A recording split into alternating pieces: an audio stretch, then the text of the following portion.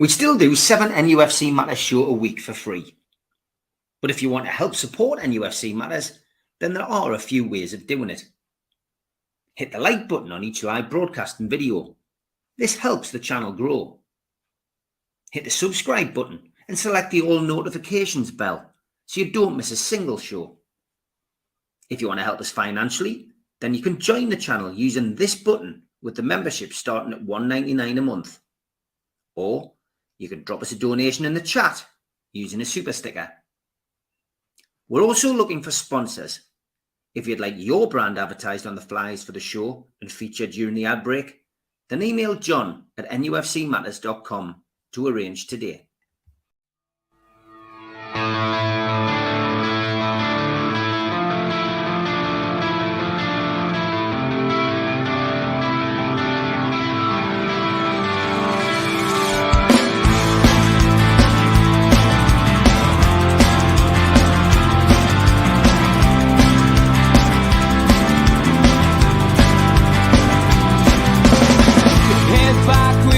Attack. It feels like I've been talking to myself again, but it's the only way you're ever gonna learn. You look back and it's all in the past. I'm dwelling on the thoughts I cannot say to you. If I don't say the words, then maybe it's not true.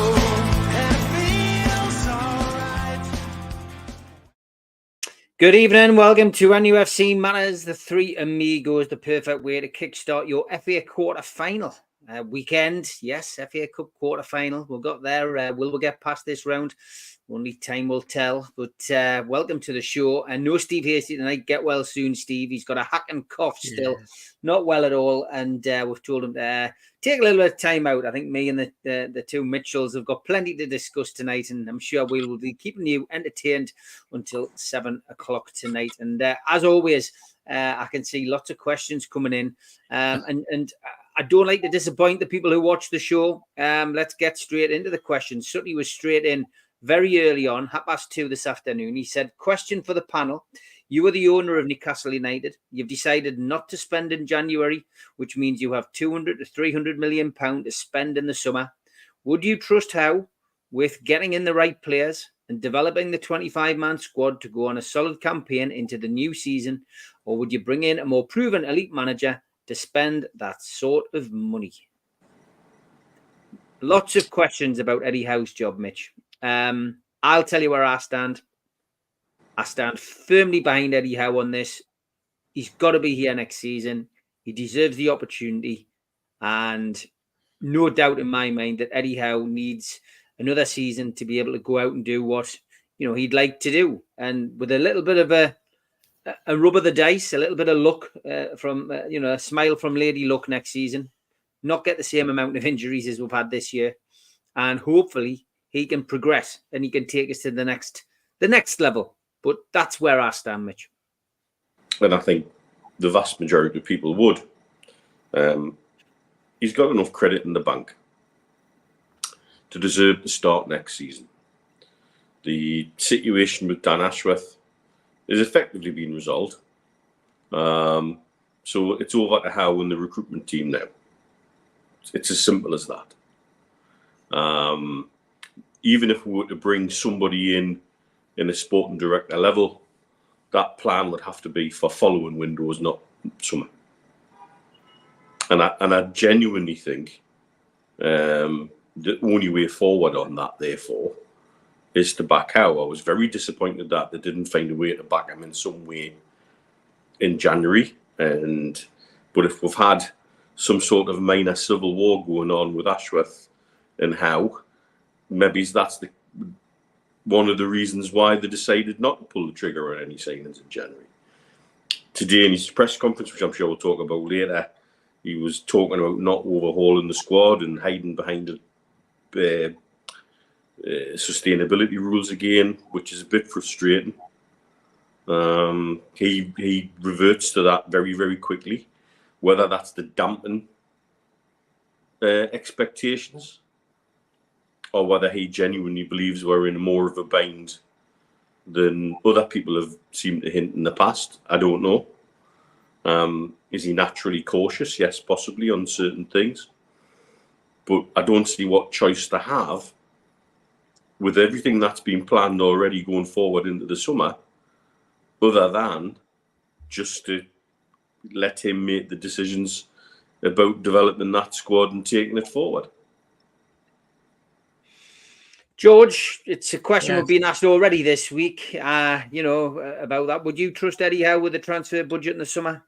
I think I've already said yes on that on a previous occasion. My only caveat is that we sit here in Newcastle, all the fans and all those involved with the club, thinking we're in isolation, and we're not.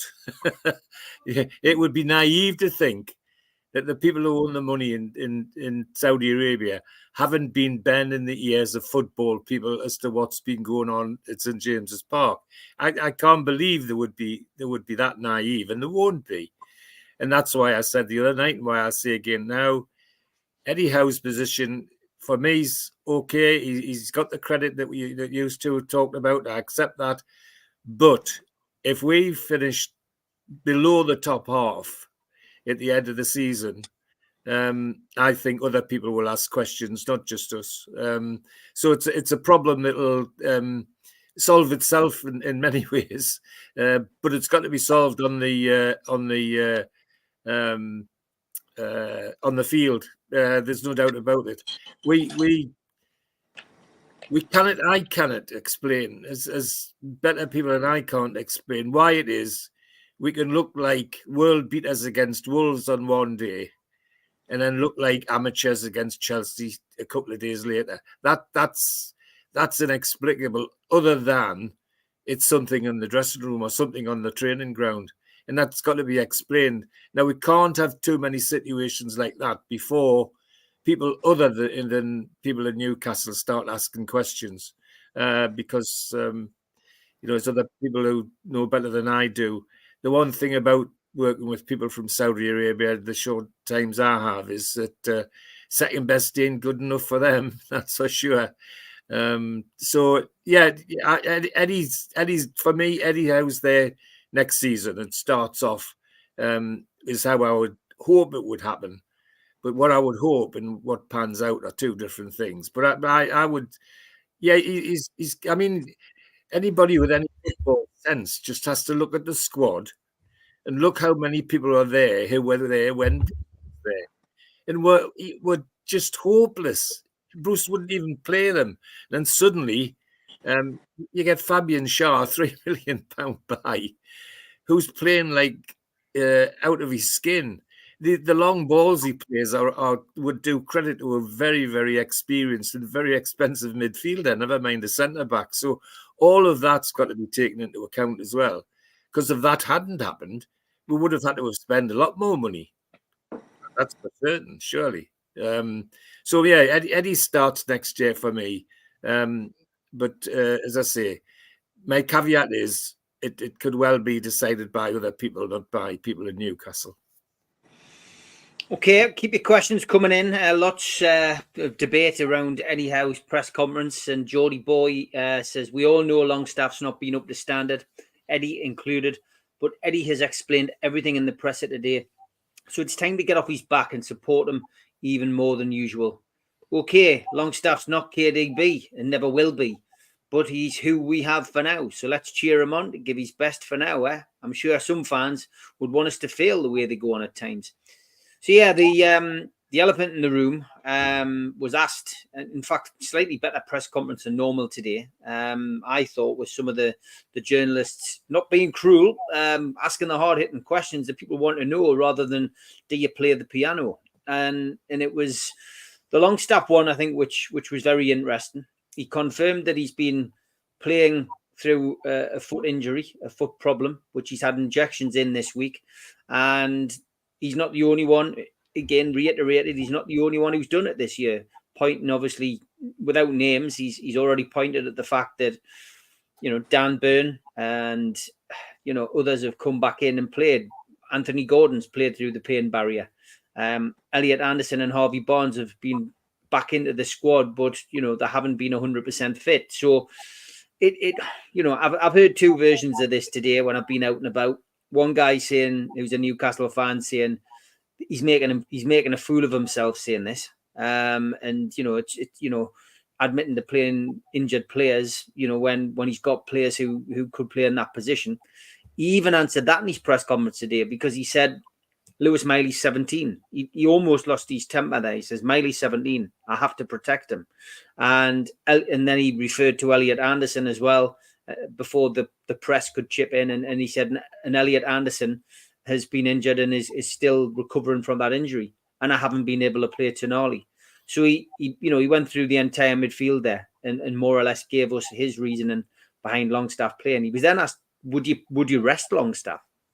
Would you like to be able to rest him? Does he need a rest?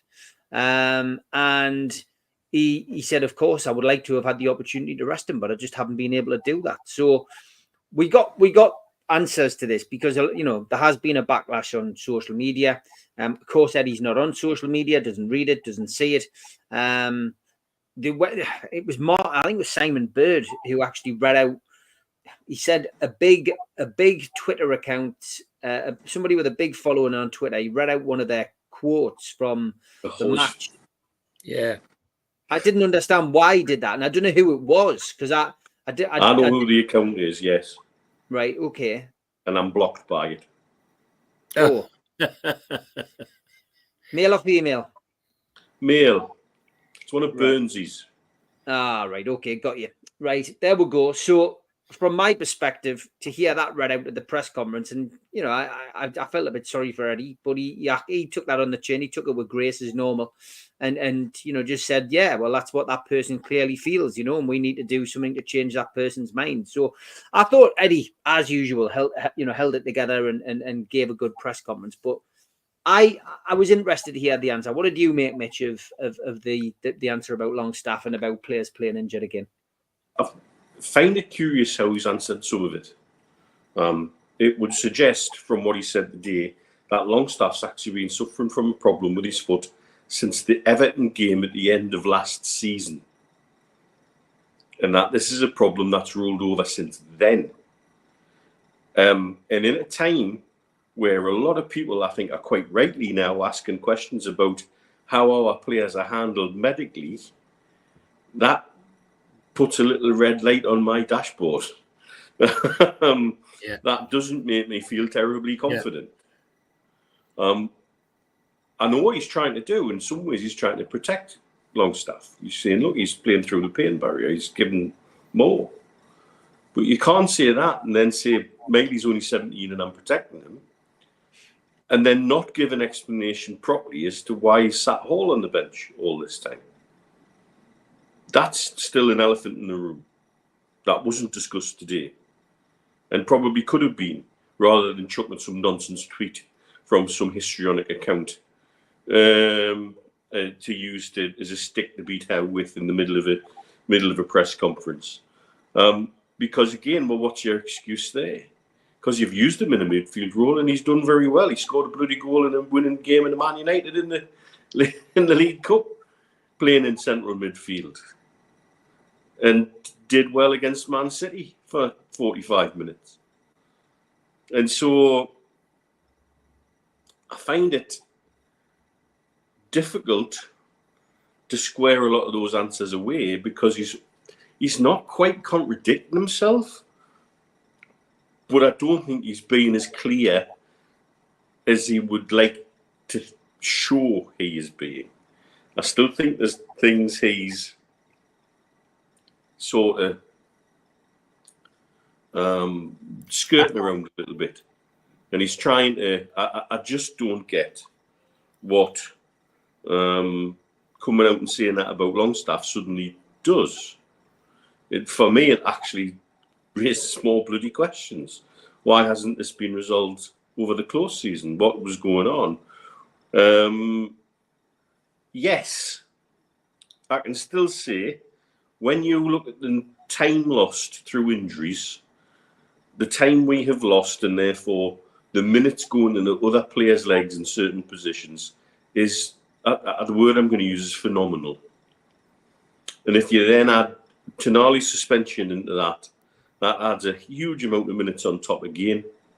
And it goes from phenomenal to probably unrepeatable. And yet, there must be different ways around this, be that changing systems, be that using players in different roles. You mentioned about Gordon playing through the pain barrier, and yes, we know he has. But then we also know Botman played through the pain barrier for 2 games and then was out for a bloody good while because he hadn't reported it as bad as it was and nobody picked up on it. And again, that brings me back to more questions about, yes, we've had these injuries, but what's going on medically behind the scenes in the management of these players? Again, I come back to things like that interview that Byrne gave with the BBC, you know, talking about, by God, by the time we got to the first international break, we felt like we'd played half a season.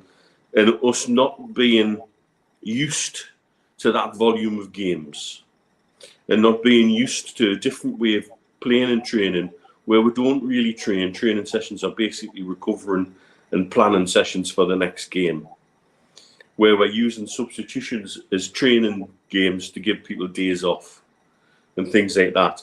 But this is what the difference is between us trying to break into the top 4 and people who've been around the top 4 for years. They know how to manage it and deal with it and handle it.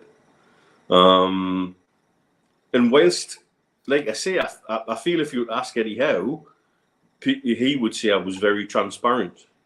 But I do think he's also skirted around a couple of very big elephants in that room. And he's trying to protect Longstaff, but I don't think what he's done actually helps in some respects for me. It's a shame. And again, Megley, yes, he's only 17, but there's been times when he's been playing with Longstaff and Bruno, the 17-year-olds look like the only one with any knowledge of what to do in terms of game management. And yes, you want to protect young players, but I don't know how much. When does that become cutting your nose off to spite your face? And as we get players back, still Hall sits and languages with fewer minutes in his legs off the bench, and we can't work out why. And there's no answer coming for that. So, there's something about those answers that actually gives me more questions than satisfies my thirst for knowledge. George, your feelings on what was said about Sean Longstaff today by Eddie? Two sets of feelings. First one is for him as the manager. He's got to manage it, but the other's for the player. Gosh, that's putting a lot of pressure on Sean Longstaff, in my view. Yeah. Really is, and he's already under enough pressure. I think that was maybe a step too far. I mean, I see Ian saying what he thought was a good press conference. So did I, but Neil's right. Some of the answers beg more questions. Is the right way to say it, and that's one of them. Is that if Sean's been in that much pain and having to cope with all of that, then why is a lot of the people in the strap have been saying, well, why play him 90 minutes every time? Why not give him 60 and put somebody else on, put Hall on, or whoever's sitting on the bench, or move people around rather than let the lad suffer for 90 minutes, because he's played nearly every game he's been in, right to the bitter end, and that's credit to him. You know, and I know how he must feel. You know, he's a local lad who he has the fans singing he's one of ours, and of course he wants to be on there. But the other side of it is that Eddie Howe's got to protect him, and that protection might be give him 60 minutes, 70 minutes, and then pull him off and give him a chance to recover for a few minutes, and let somebody else take the last 20 minutes or so. So they're the kind of questions I would ask. And the whole question still floats around.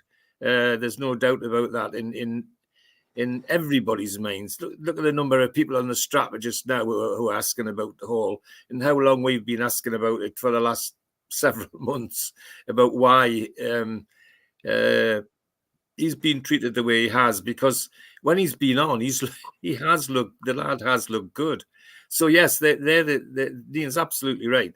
They're the bits of the conference that beg more questions, and I do genuinely feel that it's in one sense it's good of them to try and protect Sean from some of the criticism he's been getting by opening up that he's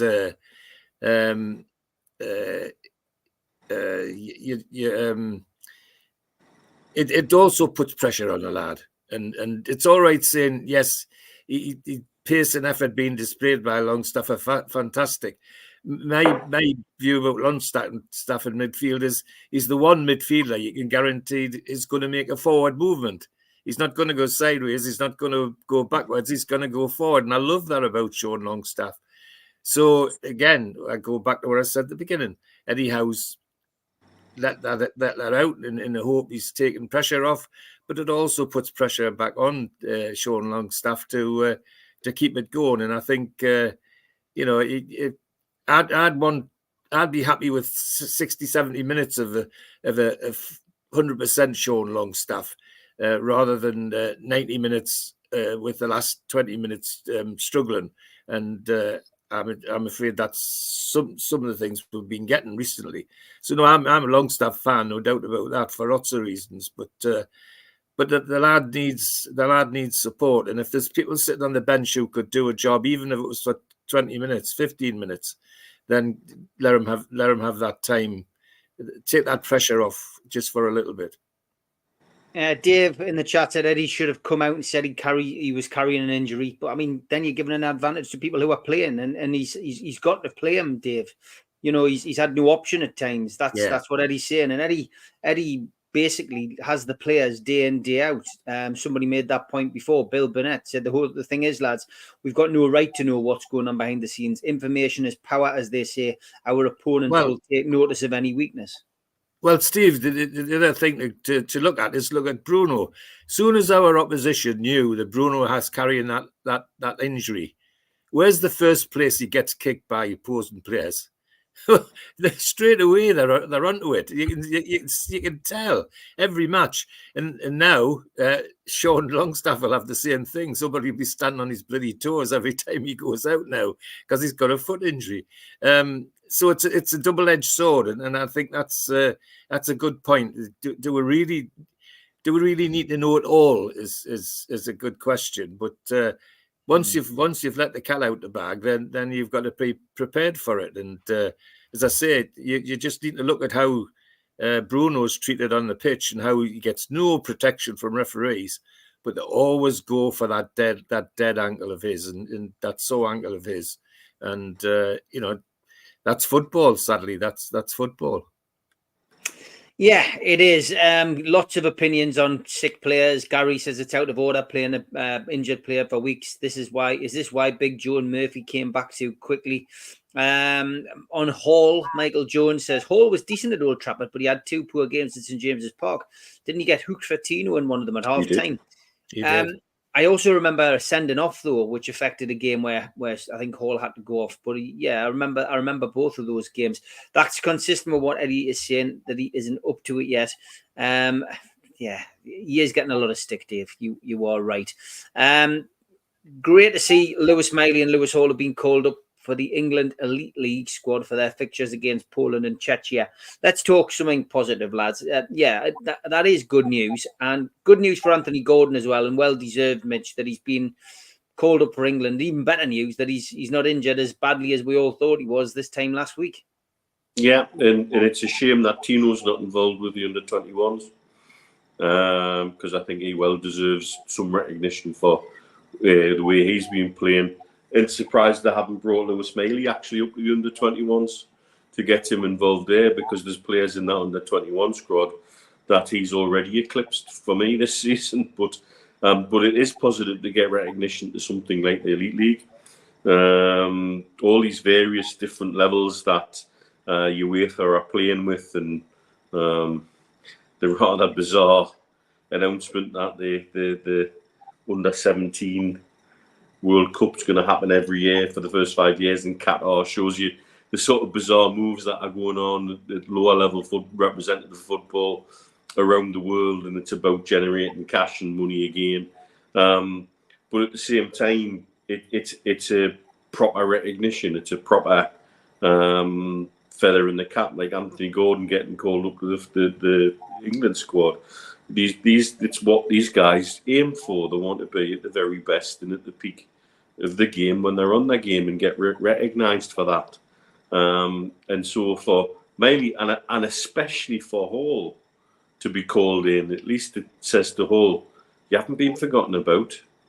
They wouldn't have called him into the squad if they've not spoke to the Newcastle management team and got the feeling of Eddie Howe about what he would want to get out of it for Hall as well as Miley.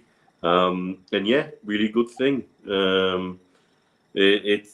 And we're in an age now, because historically, whenever my association of England has always been a love-hate relationship, because historically, when Newcastle players got called in the England squad, they'd be gone soon. Now, as somebody asked quite rightly in the press conference, with Anthony Gordon getting the call up, what does that send as a message to other players who might want to come to Newcastle United? And the answer is, come to us, we'll improve your game and you'll get an England call-up. And I think that's a very different mindset, and it's one that I'm going to have to learn, because my fear is always England cap equals on the transfer market, because every other owner under my lifetime anyway would have just took the money and run. So it's always been a bit bittersweet seeing Newcastle players get England call-ups. But Gordon deserves it. Miley and Hall deserve it. Like I say, I really feel for Tino, because he deserves a shout for the under-21 squad, totally. And it is a good message to send to young players who want to get to the top of their game. Come to Newcastle United, you've got a chance to get into the England squad and get involved. And you'll get the exposure you want, you'll get the games you want, you'll get the improvement in your own game that you want. And so, yeah, it can only be a positive thing for everyone and the club. George, would you agree? Yes, absolutely. And it goes further than that for me. I've got to say, Ian on the strap just said about Gordon's interview, absolutely everything you'd want a Newcastle United player to say about the situation at the moment. From a young man who really annoyed us and got up our noses when he played for Everton and got into all sorts of situations which annoyed us terribly. He's an adopted Geordie already. It comes out so well across that he's happy where he is and happy with what he's doing. So his rewards was due. I think it was due anyway because of the work he did in the World Tournament earlier in the year. In the under-21, he was fabulous. If he couldn't get promoted being player of the tournament after that into the senior squad, then what the devil is he going to do? But he's just added to that. Look at his goal tally compared to his goal tally at Everton. He scored more goals for us now than he did in 3 seasons at Everton or plus. I can't remember exactly, but it's about that sort of ratio. And that's great. As to the younger ones, delighted Miley's got a recognition, and I agree with Neil. It should have been under 21s because some of the people in that squad are Miley has bypassed, and I go back to my view about Miley. Lewis Miley could find an extra yard of pace, and that can be done with proper training. He would become a world-class player, not just a good player. He needs to be able to get away from people once he's got the ball, because he gets the ball often enough. So he needs that. So that'll boost him. Hall, we've just had the debate about Hall. That lad must have been times, if he reads social media or he gets involved in things like that, he must himself, unless people are talking to him behind the scenes, wondering what was going on. You know, have I done the right thing? I'm in the right place, he would be entitled to ask. Well, that selection for me says he knows he's in the right place, because that doesn't happen in isolation. That's got to come that's got to come with a recommendation from his manager and from his coaching team. It isn't just the old-fashioned selection idea, although Southgate makes it look like that. It needs a strong recommendation from his own manager. I mean, look how hard Rafa used to try and get players recognition at international level when he was the manager, and I think Howe's the same. So yeah, that's all good news and got to be very positive. I mean, the international thing it's always been a hot one for people in this part of the country. Because when it was the old selectors' idea, is the selectors couldn't get past Manchester. The North stopped at Manchester, didn't come to Newcastle, and then of course poor Ivor Broadus, our very talented midfielder, who used to call the selectors the Blazers, as the Blazers in those days were club chairmen, and there was a suspicion, and Ivor Broadus made it public that they picked players from other clubs who they thought they might want to buy at some time.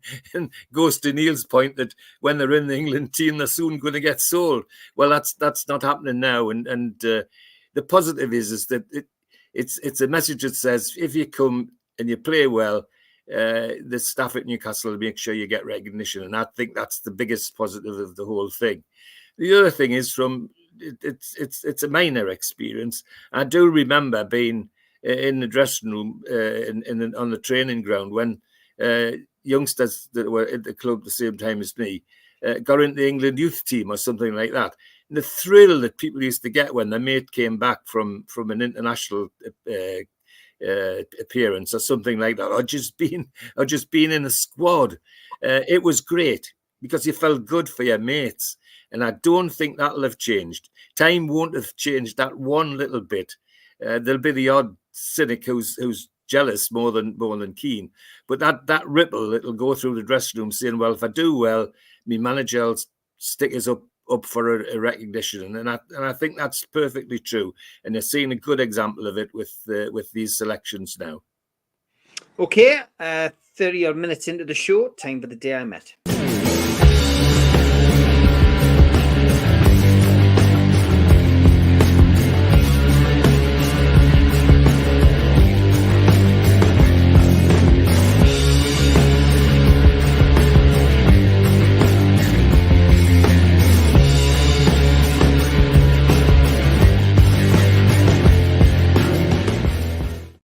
The day I met, soon to be called the day Mozza met. She's in it again, look. Darren Eales with Mozza. Thanks for that. And we'll have to keep this Spenny Steve Wraith one maybe for another couple of weeks' time. We've got a few others to get through, Mozza, but thanks for sending that. I hope you give him a few tips on where to go right and where he's gone wrong in his first few months tenure at St James's Park. But if you've got a picture of yourself with somebody from Newcastle, past or present, send it in so we can play this lovely music.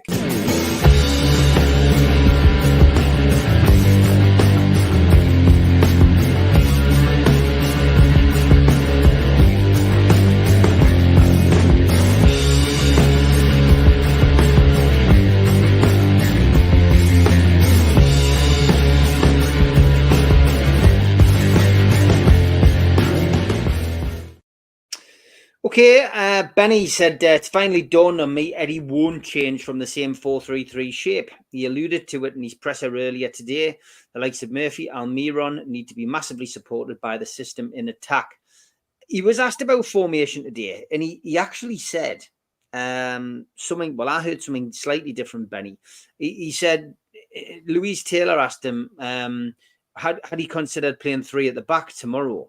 And he went, we always consider different formations. And she said, have you been training using different formations this week?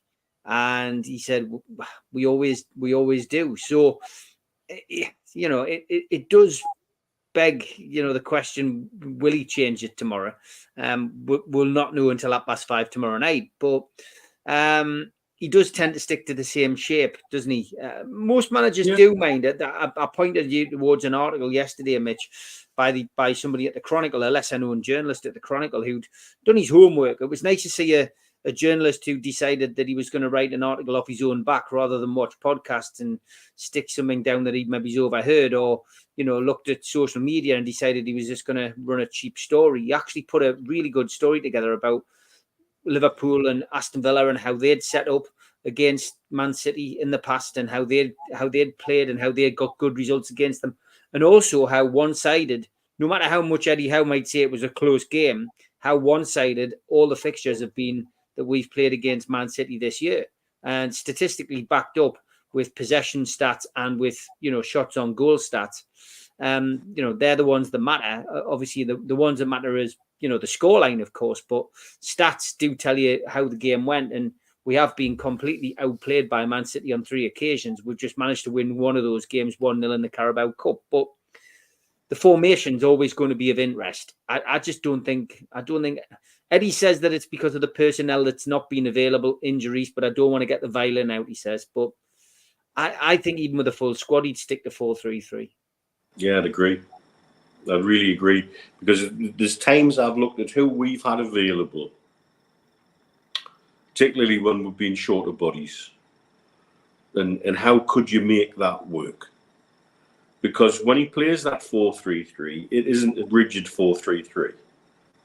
Because this is why I believe he persists with Burnley left fullback.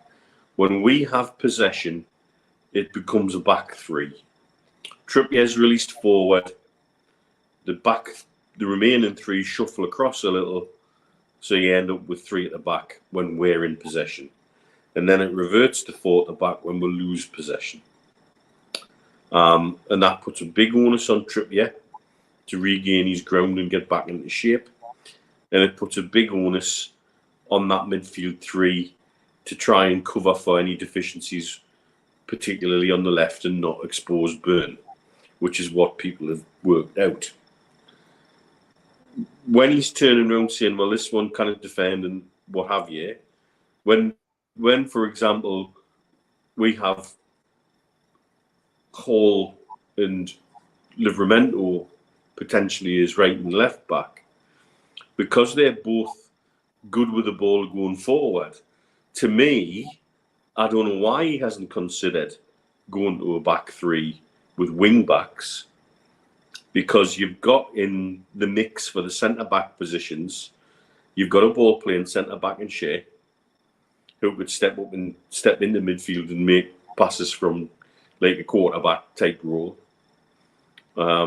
It would then give us the option to mix up what we're doing in midfield and release Bruno further forward a little bit. But the onus then would be on 2 young men at right and left wing back to basically just go up and down the wing, and that's their job. And that means at times they're going to get exposed, and it means at times they might look like world beaters. Whether he's not happy to lay that level of responsibility on those young shoulders, don't know. But certainly it could also be done with Tino and Trippier, available. Be one of the 2 left and one right. That said, I am a sucker for wing backs. That is, if you were to ask me to put a World 11 together, I'd almost certainly go to 3 at the back with 2 wing backs. That's my default setting. So I'm probably the wrong person to comment on it, to be fair. But if he was to say, yeah, we practice other formations, I've not seen that practically on the pitch. The only thing he does is tweak the 4-3-3. When he released Bruno further forward, I forget which game it was, but Trippier got released into midfield but didn't become a wide midfielder. He went more into centre midfield, and it was sort of that unusual John Stones role that Pep Guardiola's created for him. And that released Bruno further forward, and we'll look more efficient with Bruno further up the field. But that was a tweak on that 4-3-3 when we were in possession. Everything he does is a tweak on that.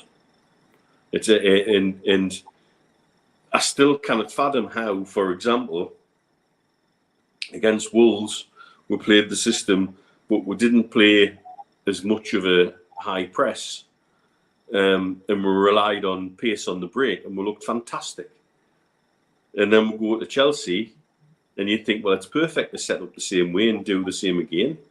And it wasn't.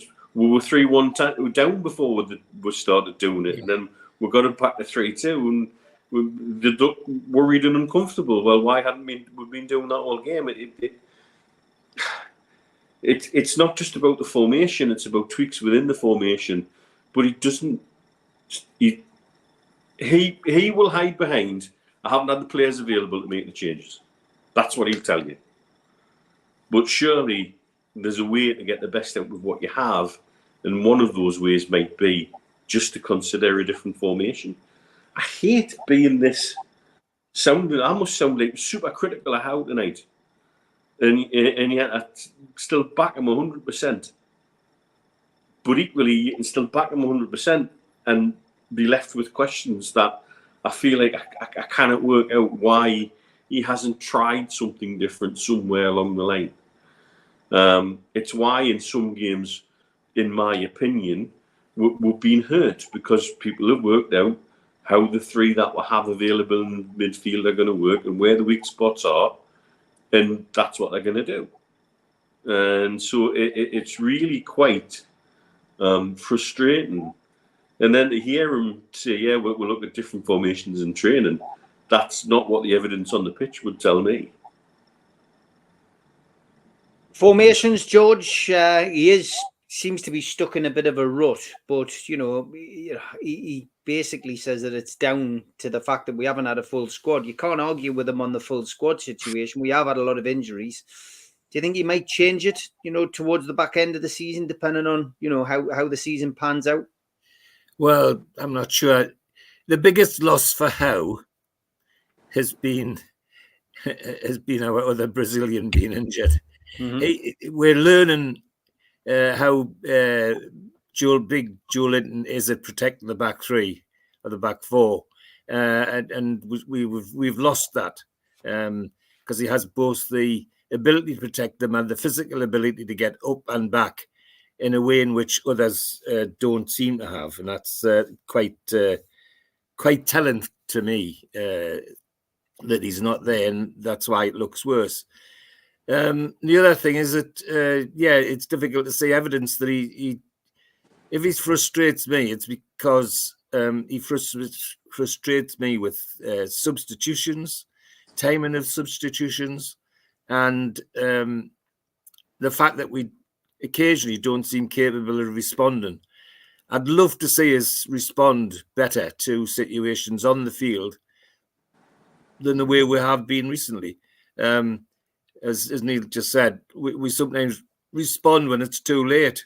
It'd be 3-1 down and then suddenly find a formation that's worrying Chelsea is too late.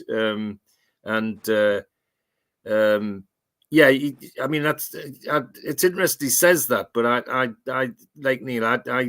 Evidence of seeing it actually happen is hard to find, and there are occasions when it's been kind of forced on me, like Neil saying that when the Livramento was pushed on and pushed forward, it did make a difference, and they're the things he might try if he wants to. The one thing for sure against Manchester City, if we're going to do something, we've got to.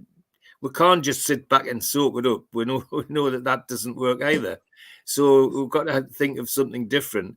And if something different means we do something a bit more radical, something a bit more attacking, like play wing backs to counteract City's aspirations down the wings, then maybe that's the way to go. But evidence of what he's saying on the pitch is difficult to find. And as I say, it frustrates me is that when it does change, it's sometimes too little, too late, and that's. It's what he's paid to do. But as a fan, you're still entitled to be slightly frustrated that you can see something that would change things, but it doesn't even try it. It just gets locked in the same. My debate about Shaw's still there. I still think that there's more to get out of Fabian Shaw than we get if he was just playing slightly ahead of the back three or even the back four, to make more use of his long passing ability, which is exceptional. But again, we don't seem to go in that direction at all. Once we've got the formation set, and it takes a lot to make him change it during the game. And who knows? I mean, one or two people on the strap saying, "Well, we should just go for it against City." Well, I'm not again that either. But it's got to be go with a plan. It can't just be tally ho and let's have a go and then get battered to death. No, that wouldn't do much for our confidence either. But there's more in that squad, in my view, than Eddie tries. Is what I'm trying to say in a long roundabout way. If they do practice different things on the training pitch, well, that's great. I'd expect them to. But it would be nice to see evidence that it goes onto the pitch occasionally. Yeah, lots of opinions as always coming in.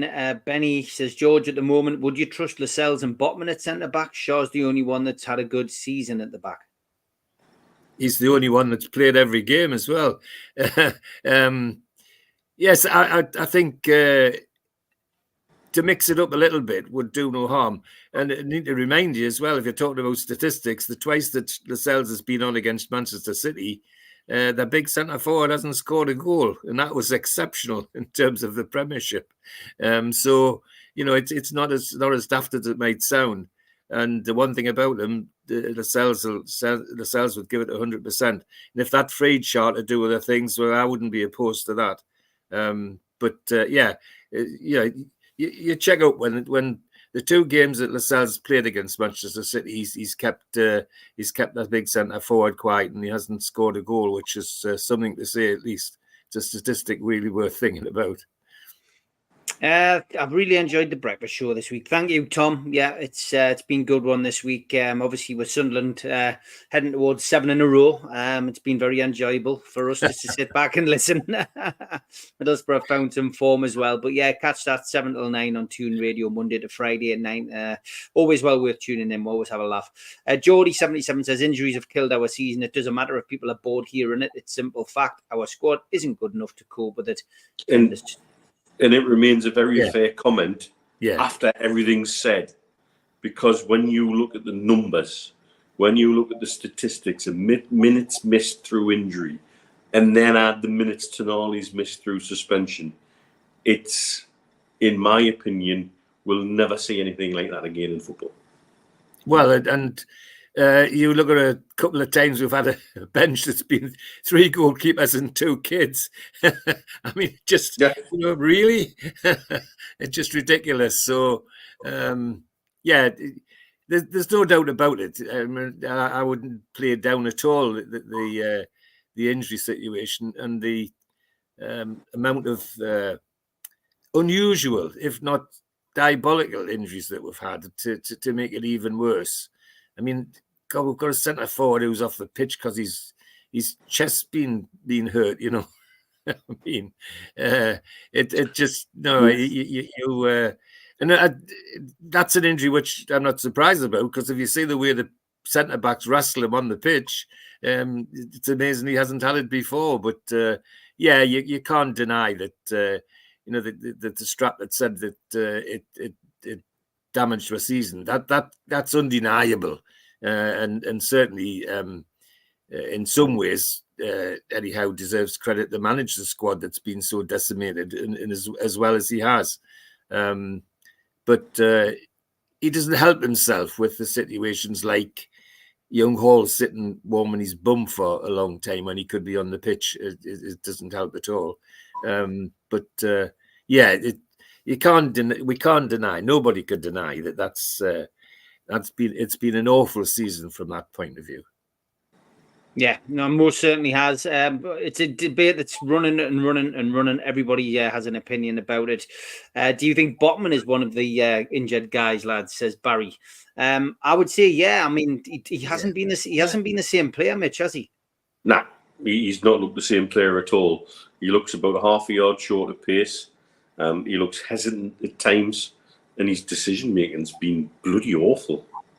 In the last few weeks, in particular. Yes, other things happened after the shot was taken, but that clearance for the opener against Chelsea was beneath poor and panicky.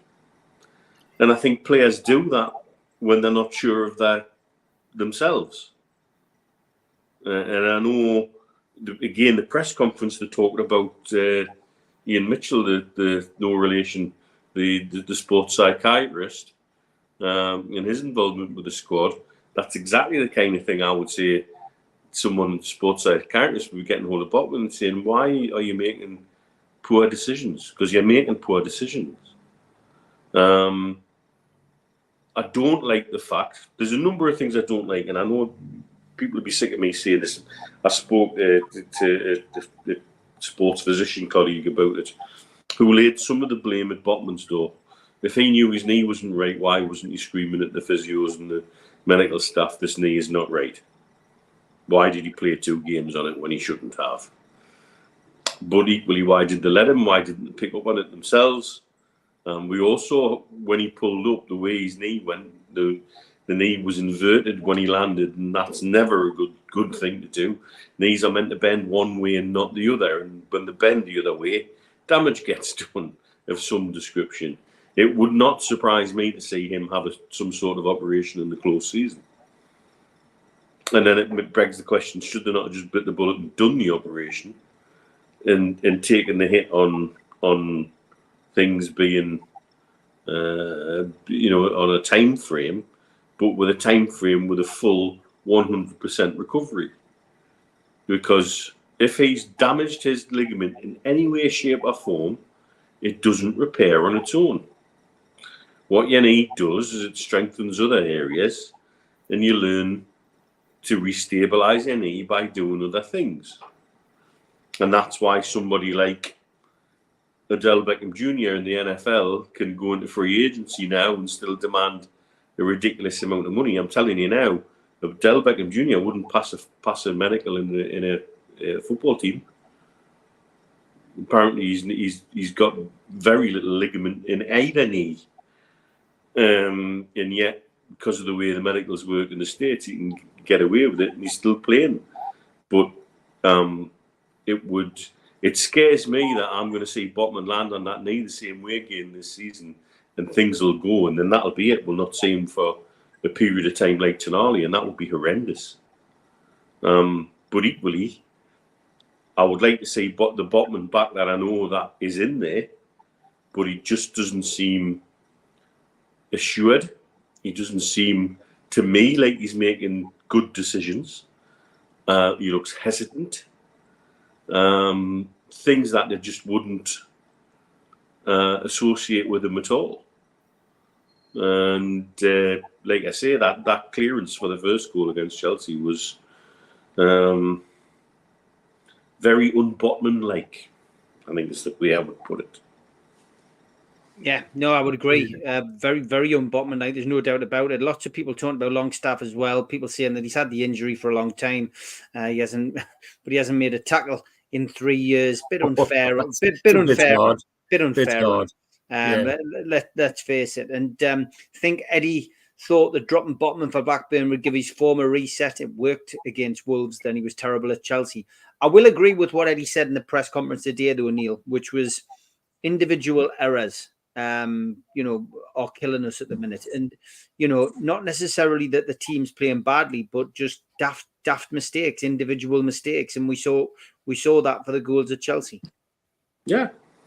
Again, comes back to decision making for me. That there's a definite loss of confidence from some for one reason or another. Some of it is that we're now seeing how many times Pope gets his back four out of bother, and what a bloody good goalkeeper he genuinely is. I would never have thought the difference between Pope and Dubravka was as wide as it actually is, but it feels like a chasm right now. I think it's also a reflection of tiredness. People make worse decisions when they're tired, and the one that I would always come back to, looking from the sports science point of view. Do you remember Jean-Paul Van der Velde, who was leading the Open by a number of shots going into the 17th hole? Yeah. And he stuck the golf ball into the water, and instead of taking a drop and taking his medicine and just playing out the bother because he had enough shots in hand, he made the ridiculous decision to take his shoes off, roll his trousers up, and try and play the ball out the water. And I think he hit something like a triple bogey, leaving him needing to get a par on the last for a playoff, and he bogeyed the last and lost the Open. And that was a tired, weary decision made at the wrong time in the wrong way. And that's how, and again, you could put this at the door of the injury situation and how many minutes are in some people's legs. Tired players make poor decisions. And some of those individual errors come from poor decisions, not bad luck. You know, there was other elements of luck involved. Like, for example, I think Palmer could take that shot another 10 times and not have Jackson sort of backheel it in the way he did, because it was going well wide. And so there's little bits of things like that as well there. But my attitude with stuff like that is you make your own luck. The fact that the shot was taken and he was able to take the shot was the problem. Yes, I agree. We forget how old Botman is. Yeah. You know, we think he's a 27-year-old established player. He's not. He's still not that much older than the young'uns. And so, yes, dips and form are definitely part of it. Particularly, though, if you're carrying an injury, you're not sure about yourself and you're tired. And so it's sort of, again, we're coming back to the same kind of answers. But what I would be saying is, what are the club trying to do to get the players engaged about their decision making? Because it's happening week after week. And it's frustrating. And that's why people are getting pissed off. And that's why people are using, you know, I think calling anybody spineless and cowards, I think, is ridiculous. I know spineless and cowardice filled the team. I've seen them relegated in the past, and that's not this lot. But what they are is tired and in need of a lot of support. And that's very difficult because you're going to make mistakes when you're in that situation. And everybody's mistakes are being punished too. We cannot catch a break in that you know, in that respect. I think if some of our players fell in a barrel of tits, they'd come out sucking their thumb. You know, you just cannot catch a break at all. George, what's your thoughts? Well, my thoughts are that it frustrates the devil out of me that we've had a centre-back last year in the early part of this year who was Rolls Royce. I mean, he was up with the best in the Premiership. And at the moment, he's not playing Rolls Royce. He's hardly Austin 7 at the minute. And that's been what he's been like since he come back from the injury. And indeed, some of the things he was doing naturally before, in the Dan Burns situation, for example, he would have done naturally this time. But 2 or 3 times, he just hasn't reacted. He hasn't made the right decision. And the net result is Dan Burns got roasted and people have scored against her. the goal against I think it was Nottingham Forest, where the winger, soon as that ball went to that winger, Steve Hasty turned to me and said, "Goal," before the bloke had hit it, and that was because Dan Burn hesitated. Well, Dan Burn hesitated because his mate wasn't behind him. He knew there was nobody there, and that mate should have been Botman.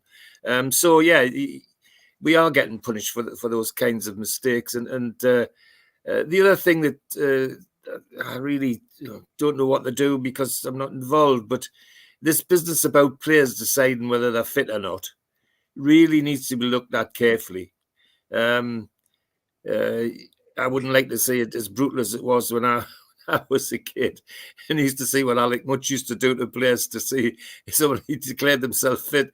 They went into the treatment room, and if they come out without a scream, you knew they were playing. If there was a scream, you knew they weren't playing.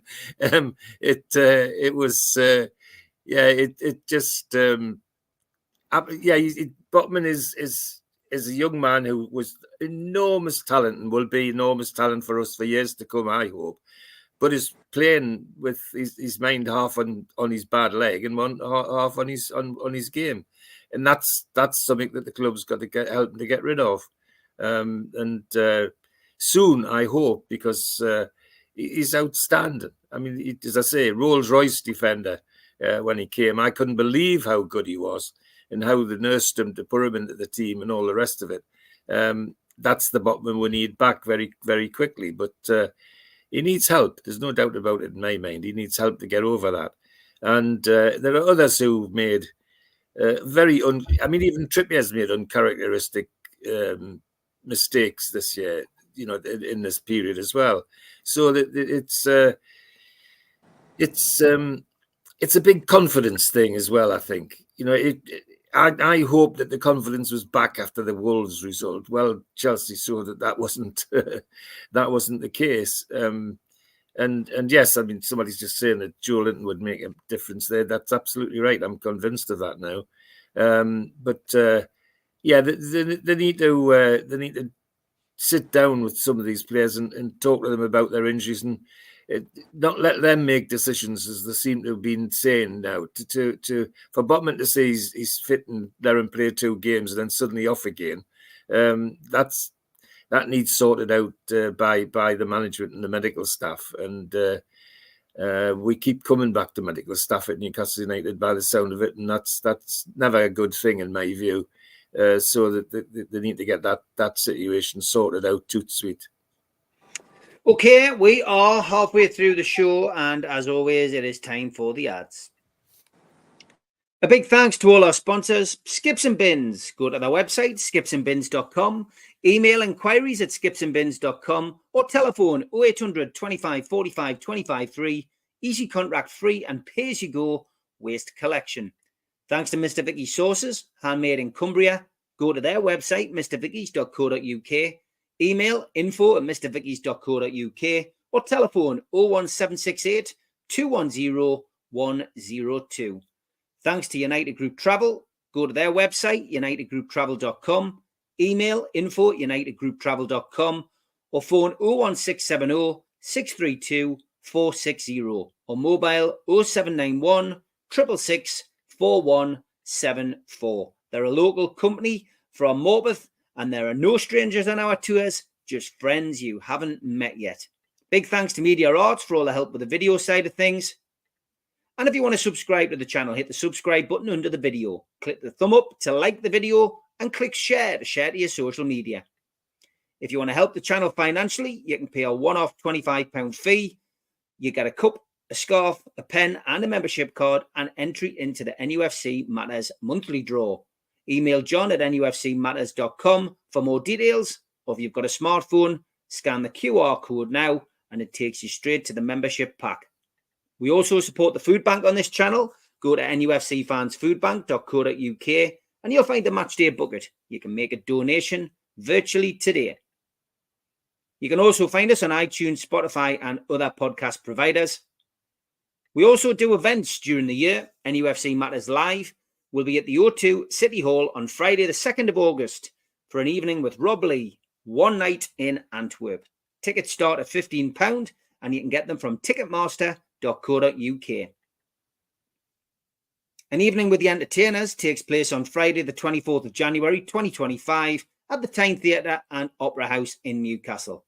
Telephone 0844 249 1000 or visit the website tynetheatreandoperahouse.uk to buy tickets today. You can also catch me on the North East Footy Breakfast Show live on Toon Radio weekdays 7 till 9 a.m. on DAB, smart speakers and the toonuk.com. And don't forget the end of season party, 20th of July. Tickets are a tenner and all proceeds are going to Dementia Matters. Question and answer session with Super Mac and Gibbo. The Longstaff doing an acoustic set and Ask George is on as well. Be quite a few of the nufc Matters panelists there. So tickets are a tenner from newcastlelegends.com or nufcmatters.com. Either way, get yourself onto there. The Peter Beardsley event, the tickets are now on Voucher. So if you go to Voucher and search Peter Beardsley in the Northeast in Newcastle, you will be able to get your tickets on Voucher. I think they're just over £19, so well worth popping onto there as well. Just want to read this out. In the heart of the Northeast, where the Tyne flows free, there's a passion that burns like a blazing sea, where black and white stripes paint the stadium site and dreams take flight under the lights. Well, Newcastle United wore pride and more song. Through triumph and struggle, we'll stand united and strong. From St. James's Park to the Geordie Roar, we'll soar like magpies forevermore. Through the ups and downs, we've weathered the storm with legends of old and the young ones born. From legend strikes to Geordie dreams, in the Toon Army's heart, our spirit gleams. Well, Newcastle United wore pride and more song. Through triumph and struggle, we'll stand united and strong. From St. James's Park to the Geordie Roar, we'll soar like magpies forevermore. On the banks of the Tyne where dreams take flight, we'll sing our anthem into the night. Through the highs and lows, we'll never part. For Newcastle United beats in every Geordie heart. Well, Newcastle United wore pride and more song. Through triumph and struggle, we'll stand united and strong. From St. James's Park to the Geordie Roar, we'll soar like magpies forevermore. Away the lads and lasses. That was 100% Mag. Sent that in and asked me to read it out. So very good. I think he stuck another one up there as well. So thanks for sending that in. And as always, plenty to get through on the show. So let's have a little bit of this.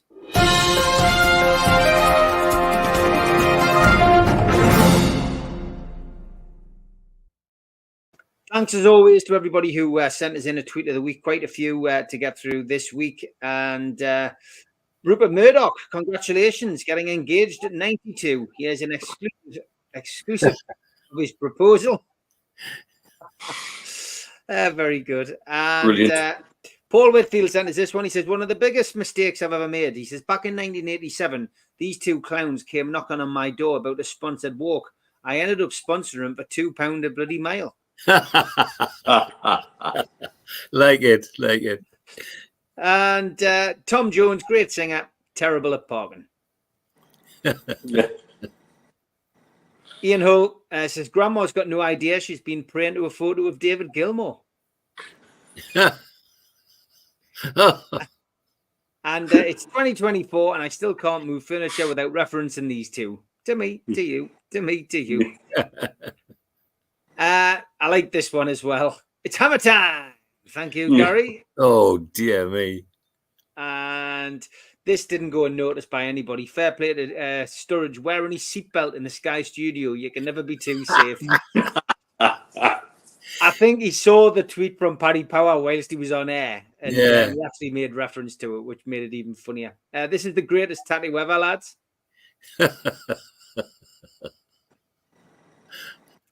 And men will watch a sports game, then immediately after watch all the highlights on the said game. Then the next day we'll watch 4 different shows and listen to 3 different podcasts analysing and giving opinions on the game. And this is for every single game. Thank you for that tweet of the week. And we've got official proof, lads. Finally official proof. Yes.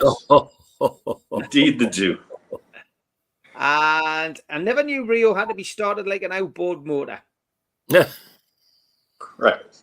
Golden but golden, that one. Thank you for that. And this keeps getting sent to me for some reason, but Andrew, I'll show it because you sent it as a tweet of the week. It is iconic, and it is very funny. The worst Alan Shearer tattoo ever. And of course, someone just superimposed the tattoo on top of Alan's head. This guy thought he'd ordered Crocs. And the four faces of a dog, lads. Human in danger, robbers, actual apocalypse, small potato chip fragment hitting the floor.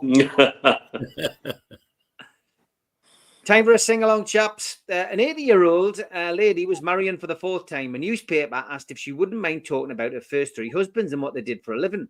She smiled and said, "My first husband was a banker. Then I married a circus ringmaster. Next was a preacher. And now in my 80s, a funeral director." When asked why the four men had such diverse careers, she explained, "I married one for the money, two for the show, three to ready out, four to go."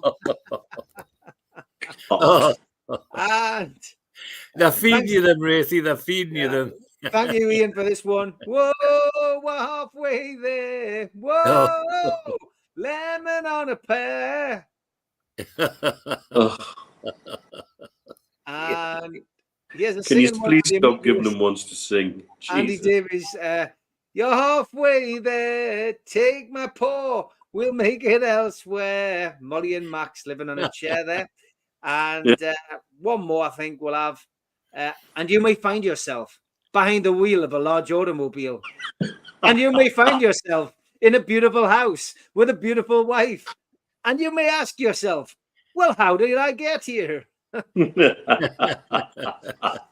got a feeling we'll have a couple more of them. This was a great sign. Please refrain from squatting on the toilet seat. That was one on that Elliot saw on his travels. And maybe we should ask him to join us. He looks kind of lonely. Oh, dear me. Gary's putting out some belters this week. This one from Ian. "Try and stop yourself. I bet you failed." Overground, wombling free. And "I didn't have time to jog this morning. But my dear, you say that every day. I know, it's a running joke."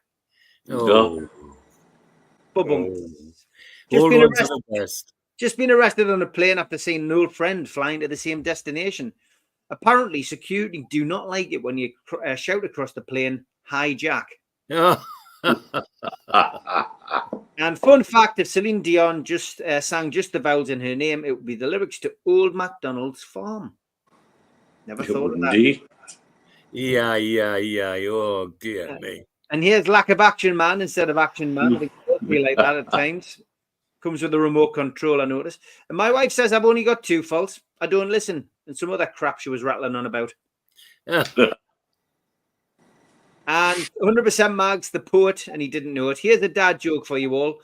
"I just walked past my local bookies and there was a sign on the door. Open 11 till 4 on Sunday. I'll take £30 on it, as they were open last Sunday." And it was his 34th birthday 2 Thursdays ago. I missed that one. So I hope you had a good birthday, mate. And 10 poles enough for pole dancing. Please find alternative ways to disappoint your father. Actual sign, that one. Last couple. I think I'll give this one a miss, says Ian. Jumbo steamed dump available in shop. Another one of these Facebook ones. Must be fresh. I'm in your bath. Got an inbox. You best not be using me Africa Link shower gel I got for Christmas, or there'll be trouble. Dear me. And the winner this week has to be this one. Should have gone to Specsavers. Yeah. Brilliant. Brilliant marketing. Brilliant marketing. Well done. Thanks to everybody who sent them in. And that is Tweet of the Week.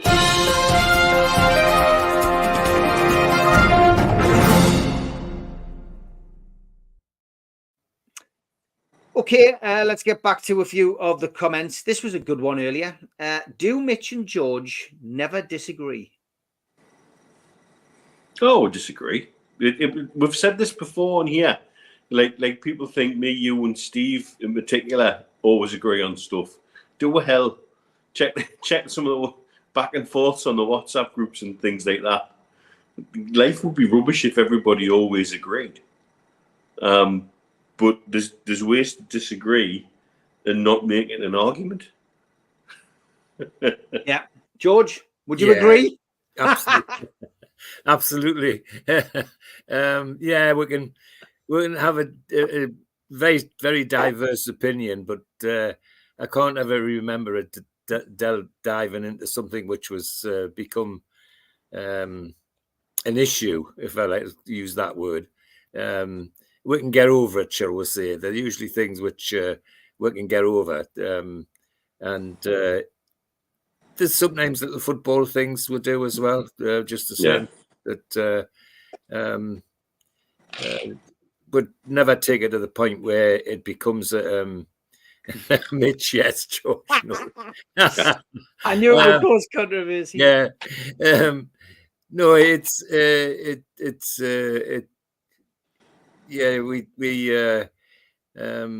we'll find a way around having difference rather than take it to the extremes that some people do. I mean, there are people who disagree and that take it to that grave almost. Well, no, the day that'll happen, it'll never happen with me and Neil. We're just not made like that. Just not made like that. The Friday stalker is in, Ian. This week's pointless request for George. Please, can you say happy 70th birthday to me, ma'am? But keep your hands off. You're already cracking onto my Emily. Well, happy birthday, ma'am, and delighted to wish you a 70th birthday. But you're just a young chick to me. I mean, good grief. 70, dear me.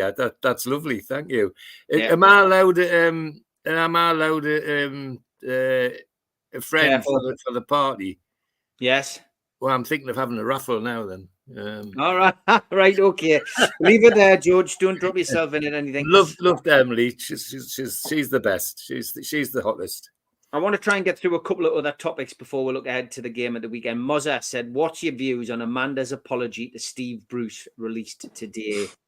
It's an interesting one, that, Mitch, isn't it? She came out and said that she was retracting part of a statement from the interview. Only one of two reasons. They've had a letter from a solicitor. Yeah. Or somebody in legal at Newcastle United's got hold of her and said, oops, we need to cover our arse on this. One or the other. Mm-hmm. So on either side, there's a solicitor got involved. It's difficult. This is one of Amanda's strengths and also one of her weaknesses. Is she gets carried away and makes a statement which is brutally honest. I'm quite sure she knew what she was doing when she made that statement and knew that there would be a potential furore on the back of it. And the statement she's made today just puts the lid on it without the need to take it any further. So be that in response to a solicitor's letter, or be that in response to somebody in the club getting over and saying, whoa, need to put the lid on this now. Either way, I think that's what it's all about. I think it probably reflects some of the frustration that the ownership group have at the minute with Newcastle United and the way we're treated, the way we're put under a much higher power microscope than everybody else, it seems. We cannot get away with out. We're given no leeway, we're given no wiggle room. And yet we're still managing to upset people. And that absolute knacker still has people in the press who will defend him, who will put him forward for jobs still. He was a dinosaur before he arrived at us. I still can't believe I've seen Mackham saying that they would like him back at Sunderland at the minute, which just blows my mind. Please, and they would take Neil Warnock as well. I mean, it's strange, mate. Strange. Yeah. Well, then again, I think that reflects what's going on down the road at the moment. I think I mentioned I watched a good chunk of their game last week, and I've never seen a more schizophrenic game in my life. But I think that for me is probably she's wanted to get something positive in terms of the fan base knowing that they're listening and they understand. because I think they've really struggled to say things clearly, because they've obviously been tiptoeing around the Premier League, tiptoeing around the relationship with other clubs that will have to foster. And that was an easy win. It was an easy one to make a positive statement about that the fans could lash onto. And I've got no doubt she knew exactly what she was doing, and no doubt that she knew the risks that would entail. And like I say, either there's been a letter come from a solicitor representing Steve Bruce, but I would suggest the other way around. Somebody within the club's got hold of it and said, right, we need to put the lid on this now before it becomes a legal issue. And it's as simple as that. Steve Bruce has made it quite clear that he's not dignified in situations like this, and that he has people in the press that are quite happy to still push him forward as some sort of potential saviour for clubs in trouble when he doesn't know his arse from his elbow in terms of managing a football club. And it's not just us that can say that. There's many other players, many other fans from other clubs who would say exactly the same thing.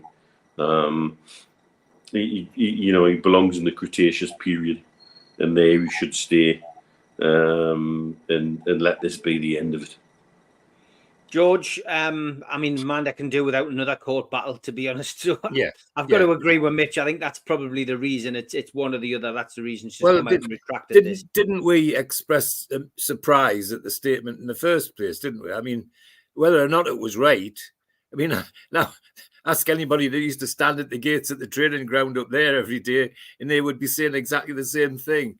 But for it's Amanda doing what she does very well, but gets into trouble. She wears her heart on her sleeve when it's to do with Newcastle United.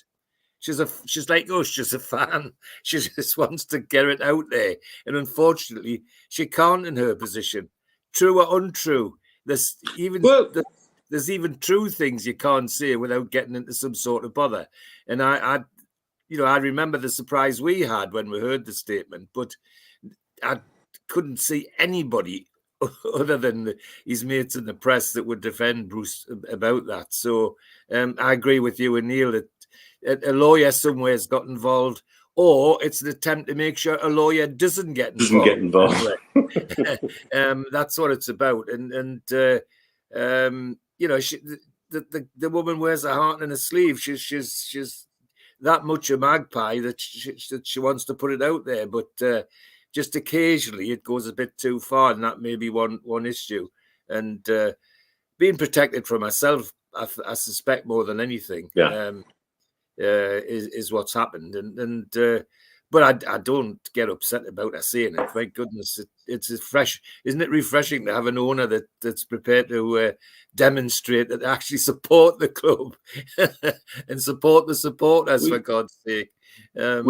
We could tell you firsthand from some of the Zoom calls we had, and Steve Hasty would back up, and John Goff as well, that we knew within 30 seconds whether it would be a good call or a disappointing call, because Amanda's body language gave it all away.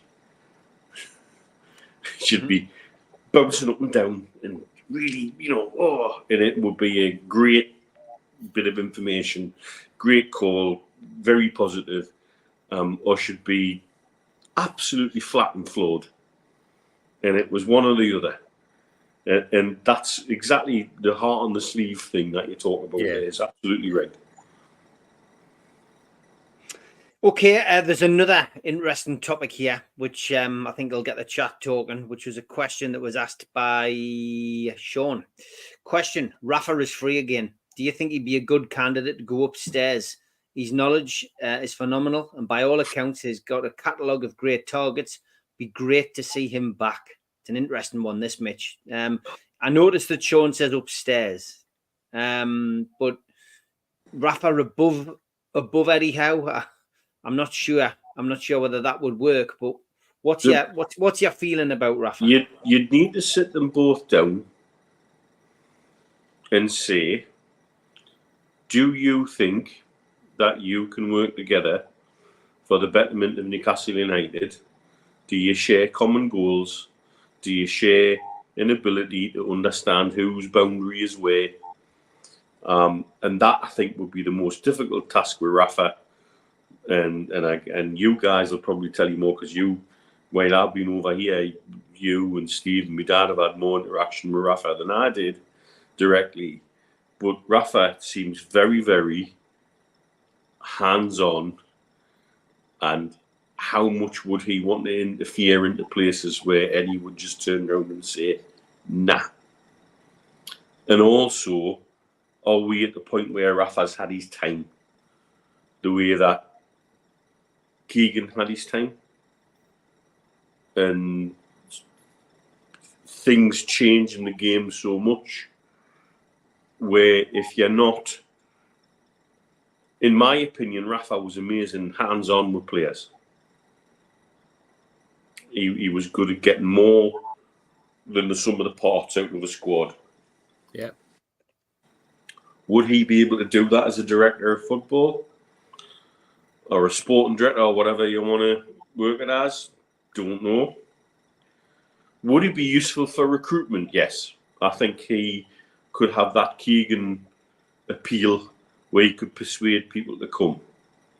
The one thing we always appreciated about Rafa was that he got us as a fan base. He got Newcastle as a city. He got the community club synergy. That is one of the more unique things about our relationship with Newcastle United. And he got it without any direction. He knew what he was coming into straight away. But do I think we would end up with situations where he would want to be tinkering in places that he shouldn't? Yeah. And has his time passed? For me, yes. Love him to bits. Another one that could have come at a different time and things could have been so different. In these sliding door moments. You're right, Jimmy. I'm not one for looking backwards to go forwards. That tends not to work in football. And so, not for me.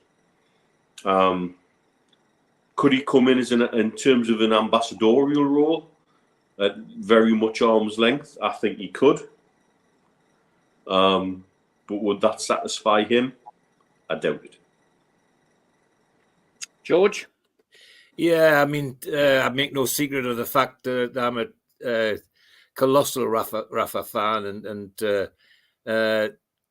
will always be indebted to you, Steve, for the opportunities I got to be close to him, and what treats they were. I mean, what an education being in his office with him, and he describing a defensive unit against the Brighton game using his potato quarters, and then him and Chris Hughton coming in and having a conversation, and who should be on the television on the wall behind them but bloody Pardew.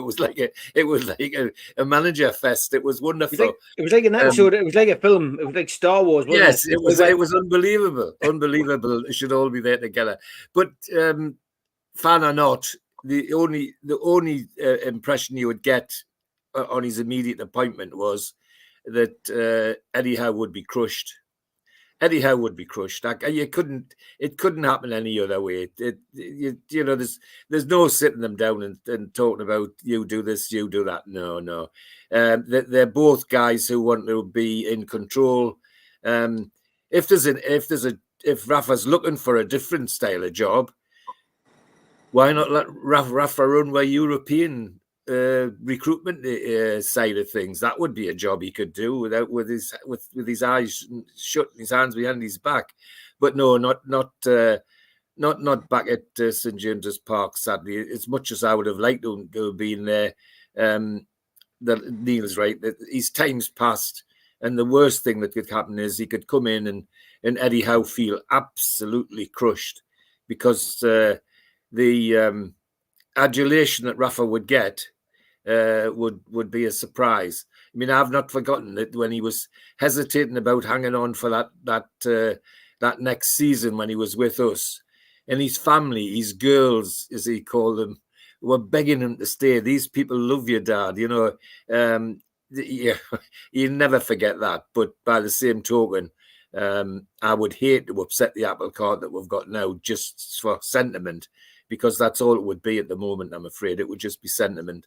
Tell you what, it's an interesting decision if Eddie Howe did stay and then got off to a bad start and Rafa was still free. It's an interesting decision, because if Newcastle are still hampered by FFP going into next year and they're looking for somebody to come in who would do a job, who's got you know, the trust of the supporters. Yeah. I know some supporters aren't huge Rafa fans. People didn't enjoy the style of football, etc., towards the back end. But you just never know. You never know. No. Football's a funny old game. And if Amanda and Mirdad are still here, I could see them doing a deal with Rafa to bring him back. But, you know, it would be his manager, I think. And I don't think he's ready to hang up his managerial. Oh, no, I don't think so, no. But yet either. But good point by somebody in the chat as well. I mean, he hasn't done well since he left. I think the move to China was a bit like the move to Saudi for many. You know, it was all about the money. And then he got hit in the middle of the COVID pandemic. And, you know, his subsequent moves haven't really done well either. But it's a very much a case of what might have been for Rafa. But definitely. Got to accept it. I don't think he'll come back. Okay, time for Toon Lookalikes.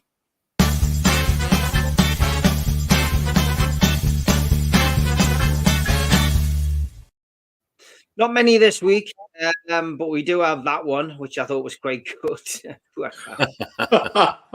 Spider-Man's cousin, Bedbug.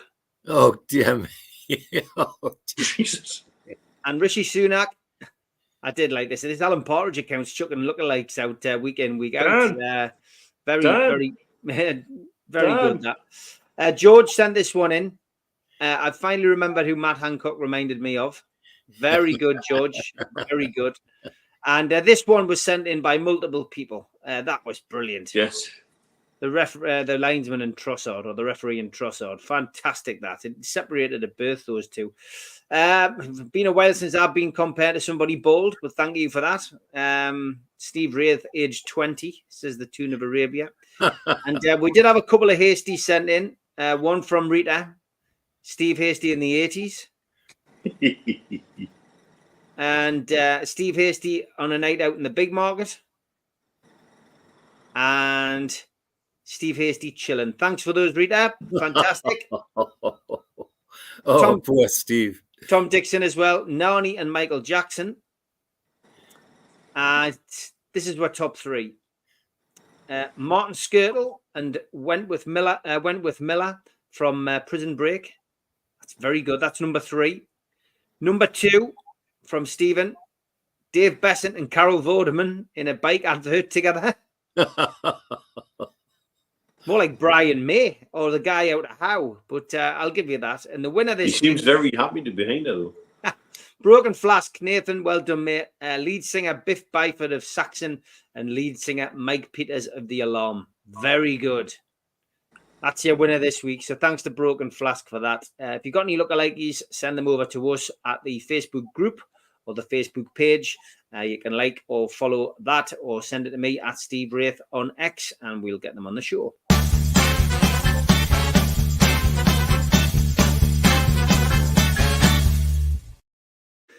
Okay, it is FA Cup quarter-final weekend, and as always, we've got Toon Stato to take us through his view on stats for this game at the weekend.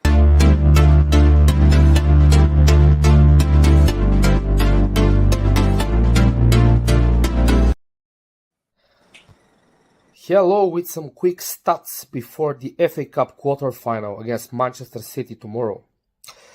Now, on the positive side, Newcastle is unbeaten at the Etihad in the Cups, but we've played there only once, back in 2014 in the League Cup. Our only win at the Etihad, 2-0, goes by Rwando Arans and Moussa Sissoko.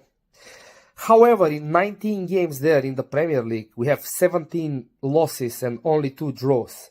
And actually, the last player to score there was DeAndre Yedlin back in 2018. It's Newcastle's 29th quarter-final in the FA Cup. So far we have won 17 and we have lost 11. Actually, our last quarter-final in the FA Cup was against Manchester City at St. James's Park back in 2020 when we lost 2-0. Actually, the last Newcastle player to score at an FA Cup quarter-final was Patrick Kluivert back in March 2005. So it's 19 years without a goal at the quarter-final. Man City in the FA Cup at home have 12 consecutive wins, scoring 52 goals, which is more than 4 goals per game. The good omen is that their last defeat at home in the FA Cup was against the Northeast club, Middlesbrough, back in 2015 when they lost 2-0. They're on a very long unbeaten run, also domestically and in all the cups, but every run comes to an end. And Newcastle hasn't had a favourable draw, away tie in the FA Cup, including last season and this season. Actually, the last game at St. James's Park was against Cambridge more than 2 years ago. But let's see if the guys can produce a little miracle tomorrow. Away the lads. Great stuff. Thanks, Andrea. Yeah. And now it's time for Scunny Mag. Hi folks, Paul here with your away day guide for Man City for anybody travelling to the Etihad.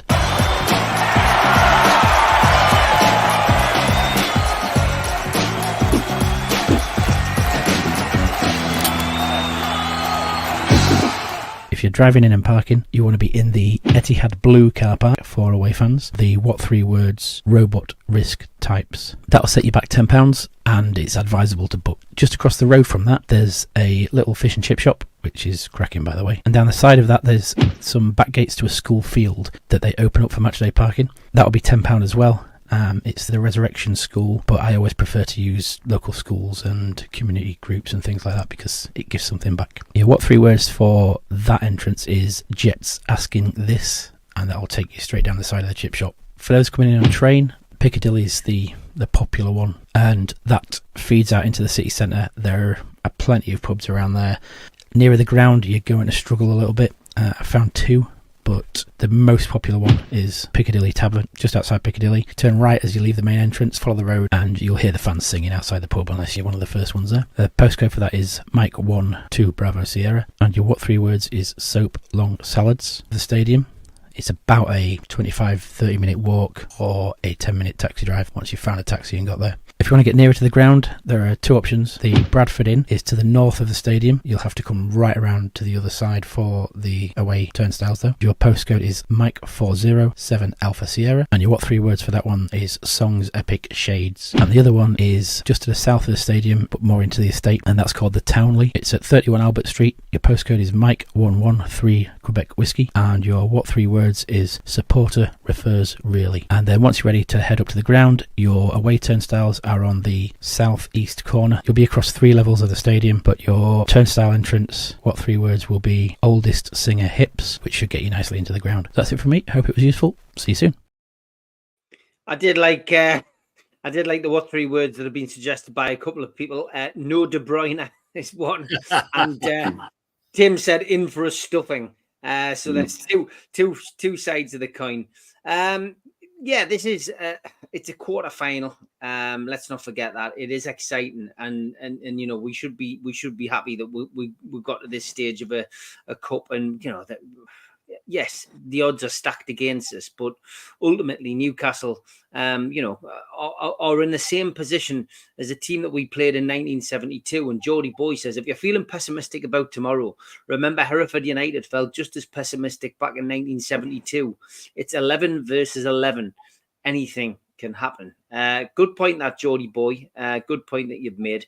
Eddie Howe, of course, told us today that Anthony Gordon would be examined a little bit closer in training, and a late decision would be made on whether he would be available. As for Man City, well, we know that Edison and Kevin De Bruyne both miss out due to injury. Edison is going to be replaced by Stefan Ortega, who already played against Newcastle in the League Cup this season. Newcastle, of course, winning 1-0 at St James's Park. Jack Grealish is expected to be in the squad.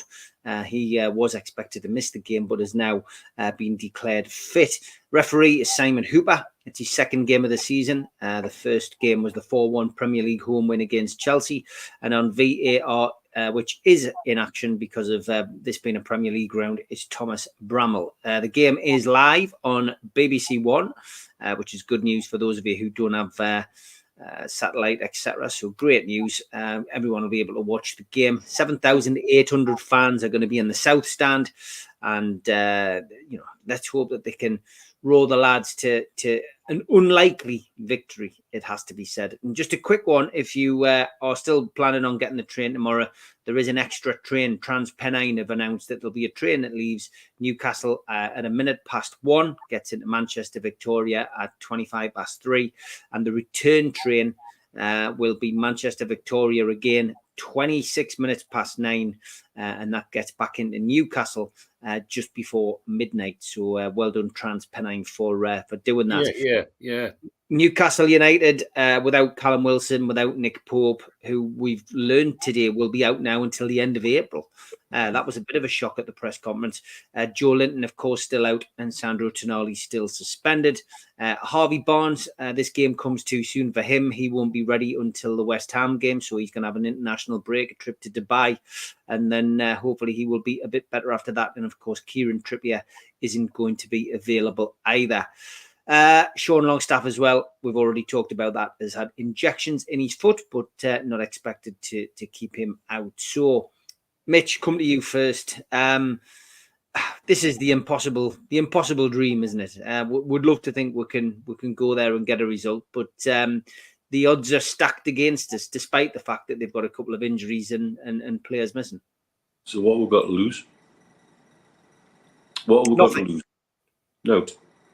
That comment about Hereford, something that gets rammed down our throat every year. Oh, it's January, it's the third round of the Cup. Yes, Ronnie Radford. Yeah, and it will forever, to my grave, piss me off. But what that should tell you is it's 11 against 11 on the day. We can beat anybody on our day. We've proved it this season already. We need to take the spirit and the memories of beating PSG and more into that game. It's not going to be easy. Genuinely not going to be easy. No matter what 11 they put out.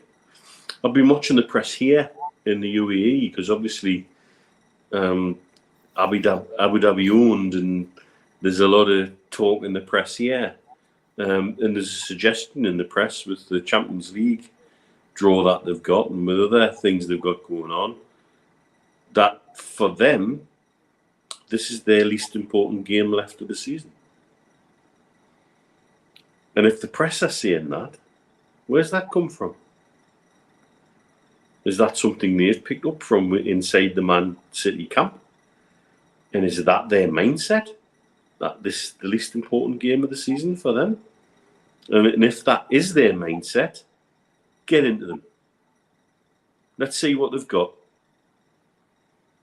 And it's at the end of the day, it's in our hands.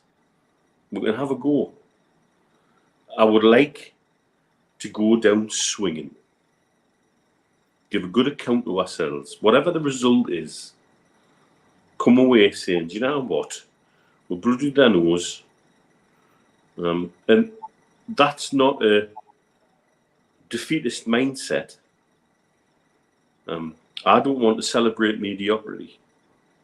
I don't want to be happy to just be there. I want to win. And this is a mindset that we as a fan base have to get into it. That we can go to places like Man City and win. And we can do this. And we know we can. No matter which 11 we put out, we know we can. Yes, it'll take a hell of a performance and everybody needs to step up to the plate on the day. But we've got the talent and ability to take anybody on our day. And if this is genuinely that their thinking is this is the least important game they have left this season, let's have at it. Let's do it. Let's go at them. Let's make it hard. Let's put a boot up somebody's backside in the first 5 minutes and run the risk of taking a yellow. Because to be honest with you, I don't want to see we'll go out with a whimper. Okay, have you got the dice? I have. So what's the dice here first of all? The dice says, oh shit. The dice says 3-1. Okay, so that's 3-1 to City. What do you reckon, then, Mitch? You know, in your heart Look of at hearts. In all honesty, I want to go with a draw and take it to penalties, and then chuck the coin in the air. Yeah.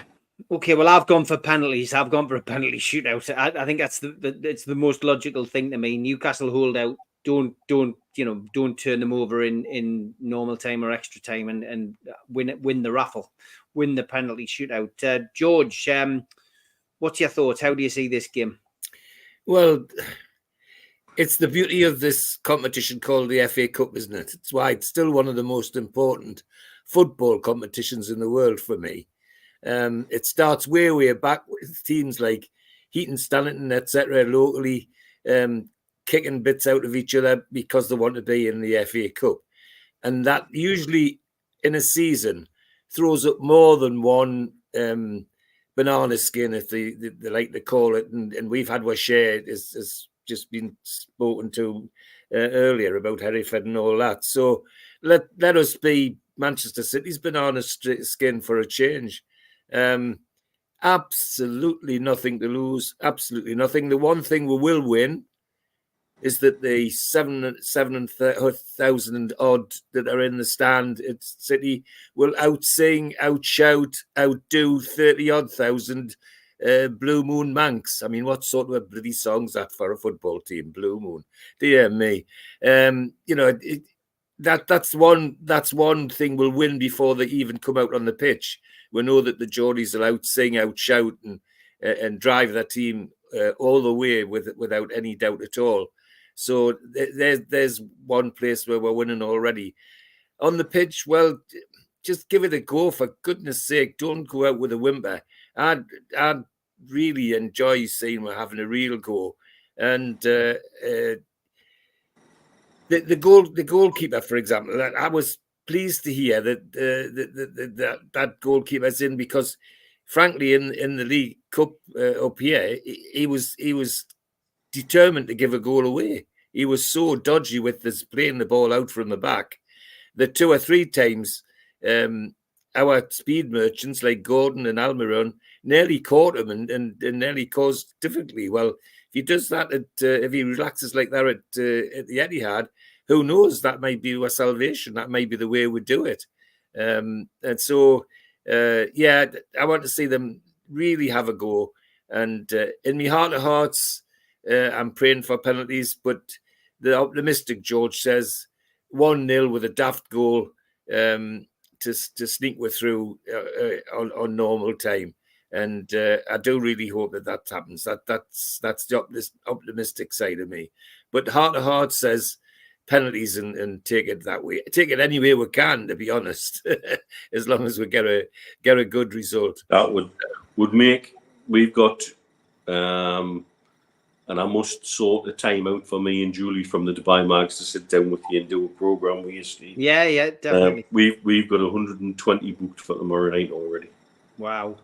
Brilliant stuff. That's, in the club, I know the club listen to us in Dubai because they're working with us to put together a format that other supporters clubs can use to become an official supporters club.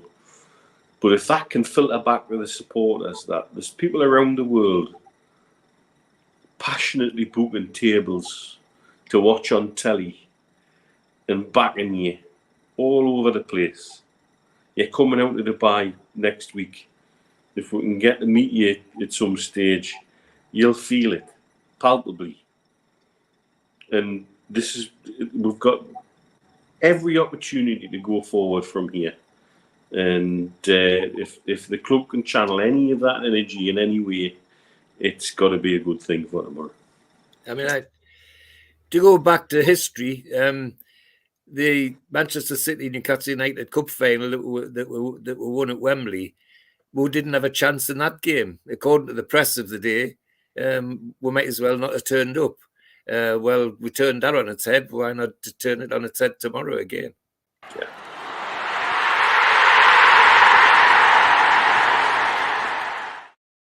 Yeah, I forgot I still had that there, George. We didn't set that up, it was just there. So there you go, Jackie Milburn getting that header. Well, they believed all the tripe about the fact that Jackie Milburn couldn't head the ball, and they didn't mark him. They just left him on his own. And George Hannah just chipped the ball in on Jackie's head, and in the back of the net it went. But that's the sort of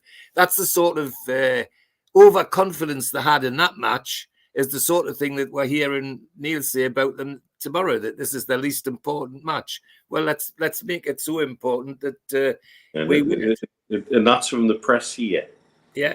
Who have obvious links to the Man City camp. So, yeah, let's do it. Interesting one from Ian, who said he's going to have a rant about this on Monday, but he says, I'll rant Monday, Steve, but I can't understand people slating the travelling fans for dancing and singing at the end of the Chelsea match. It's a joke. We're the loyalist supporters, as we all sing, plus we were vocal. Good grief. Well, go on, George. You're quite vocal about that. What did you make of the criticism on Twitter? Ridiculous. It's surely about being a fan is expressing how you feel about your team. Win, lose, or draw, how you feel about your team. And if the fans there wanted to say thank you and all the rest of it by doing what they did, well done.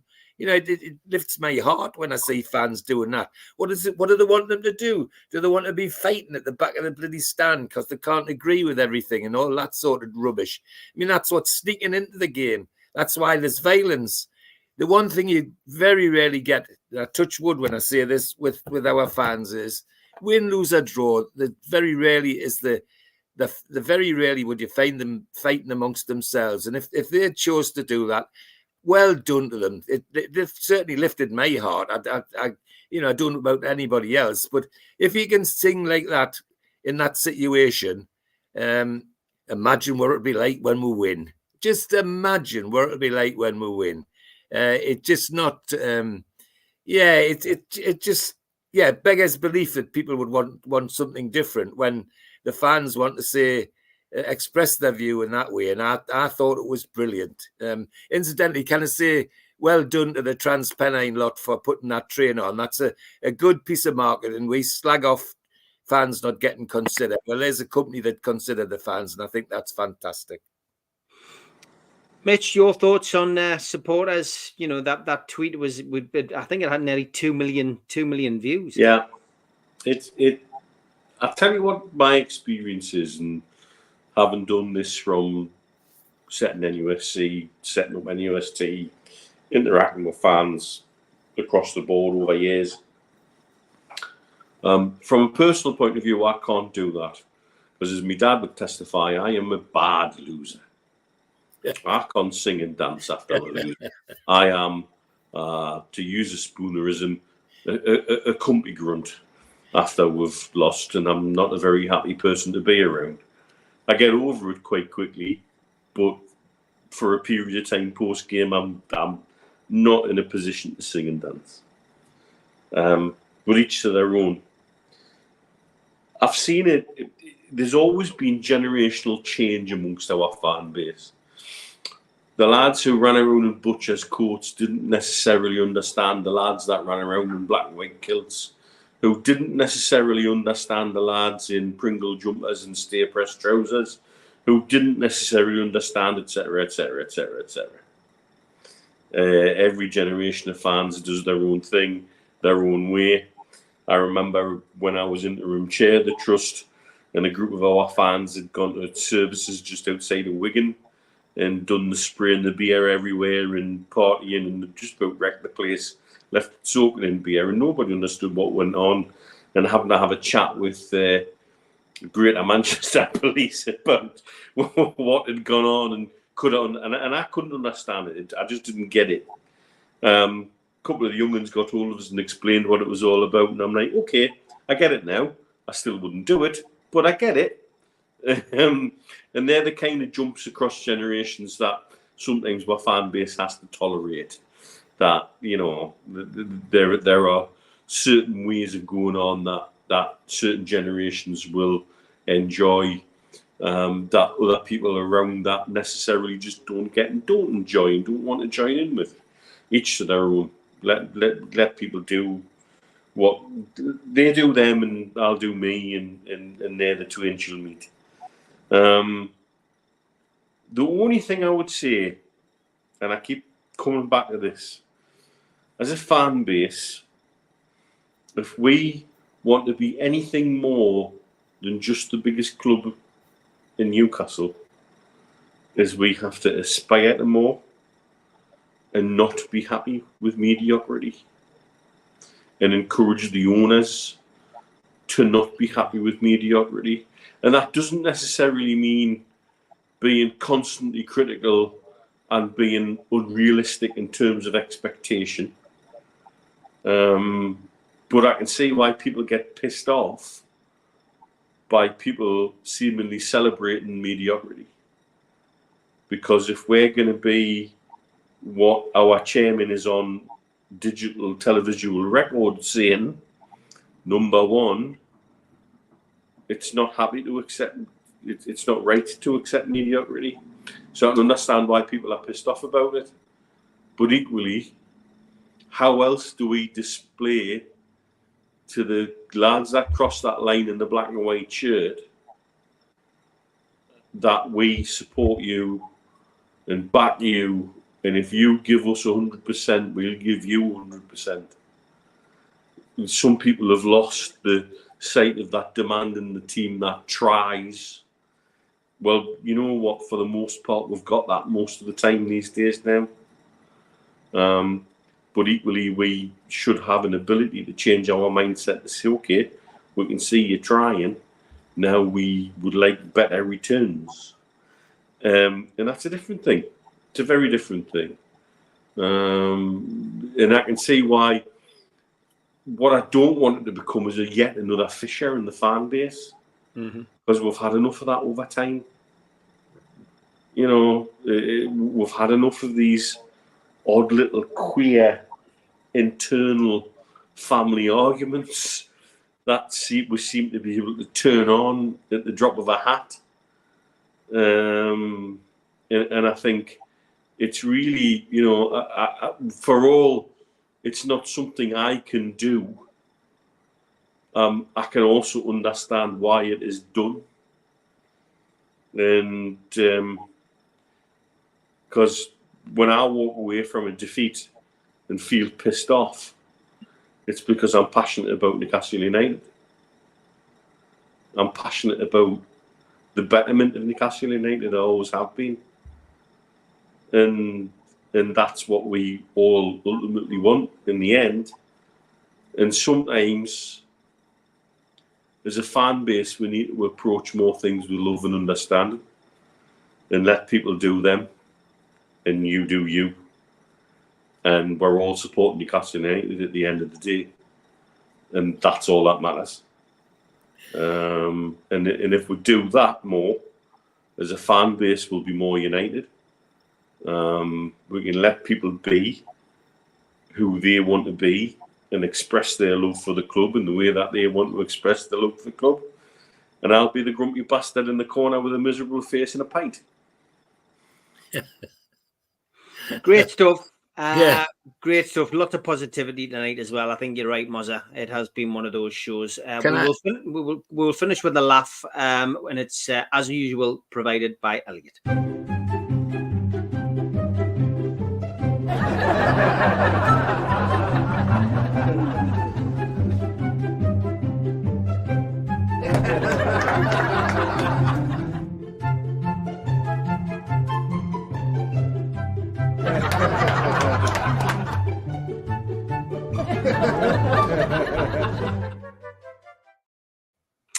My wife says I'm getting fat, but in my defense, I've had a lot on my plate recently. Oh. Thanks, Elliot. Dear.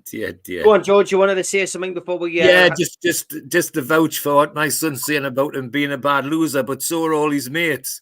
And when, particularly losses when we were at Wembley, I was driving this big vehicle, which when I went down was a merry, drunken, sing-along bus.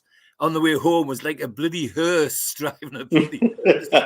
So miserable, and got me into all sorts of trouble as well, I tell you. But never mind. But it's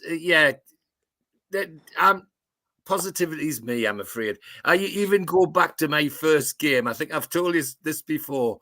When my uncles took me to my first game and I was 4 years of age, they told me that I had to cheer when the goals went in. The only trouble was Newcastle scored 4 and Barnsley scored 2, and I cheered the whole bloody lot, the Barnsley goals as well. And I'm still cheering.